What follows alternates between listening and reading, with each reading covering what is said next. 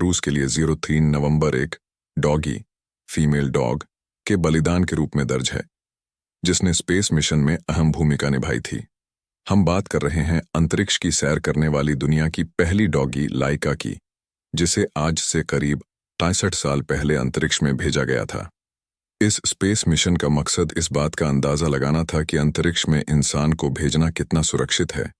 Space में doggy को भेजने की वजह मानव रहित और बिना कुत्ते वाले स्पुतनिक 1 के आधार पर ब्लूप्रिंट के बिना काम करते हुए टीमों ने एक स्पेस शिप बनाने के लिए तेजी से काम किया, जिसमें एक कुत्ते को भेजा जा सके।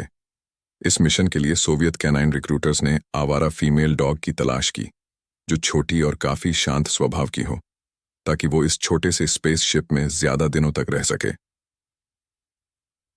लाइका एक 6 किलो वजन की छोटी शांत स्वभाव वाली मिश्रित नस्ल की लगभग 2 साल की डॉगी थी।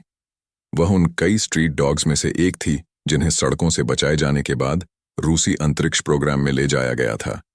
लेकिन सोवियत संघ जानवरों को अंतरिक्ष में क्यों भेजना चाहता था? यह सिर्फ सोवियत संघ ही नहीं था जिसने जानवरों पर प्रयोग किया।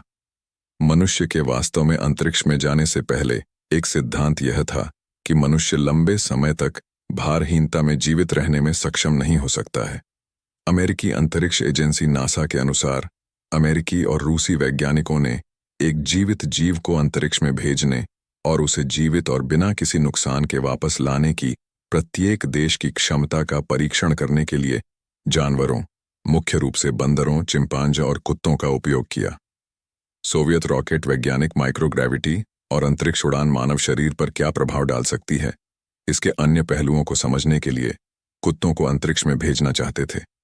सोवियत का सुसाइड मिशन था स्पुतनिक 2। सोवियत का स्पुतनिक 2 एक सुसाइड स्पेस मिशन था। इस मिशन के कई साल की रिपोर्ट्स में यह सामने आया कि वैज्ञानिकों ने जल्दबाजी में इस स्पेस शिप को तैयार किया था। उन्हें अंदाजा था लाइका इस शिप में कभी जिंदा धरती पर नहीं लौटेगी। सोवियत लीडर निकिता की डिमांड पर जल्दबाजी में तैयार किए गए शिप में कई खामियां थीं, जिन्हें नजरअंदाज करते हुए लॉन्च किया गया था। लेकिन वे इतने भी बेरहम नहीं थे। लॉन्च से पहले डॉक्टर्स लाइका को उसके घर ले गए, उसे अपने छोटे बच्चों के साथ समय बिताने का समय दिया, और लॉन्च से पहले वैज्ञानिकों ने लाइका की नाक को चूमकर उसे स्पेस शिप से रवाना किया था।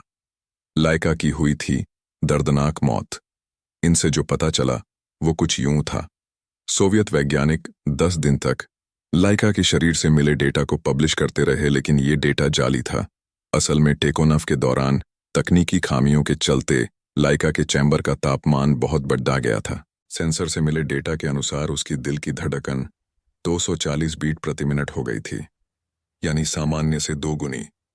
4 घंटे के भीतर डेटा आना बंद हो गया, जिसका एक ही मतलब था, लाइका मर चुकी थी। इस मिशन की देखरेख करने वालों में एक वैज्ञानिक ओलेग गैजेंको ने काफी साल इस बारे में बताया, लाइका की मौत का मुझे बहुत दुख है।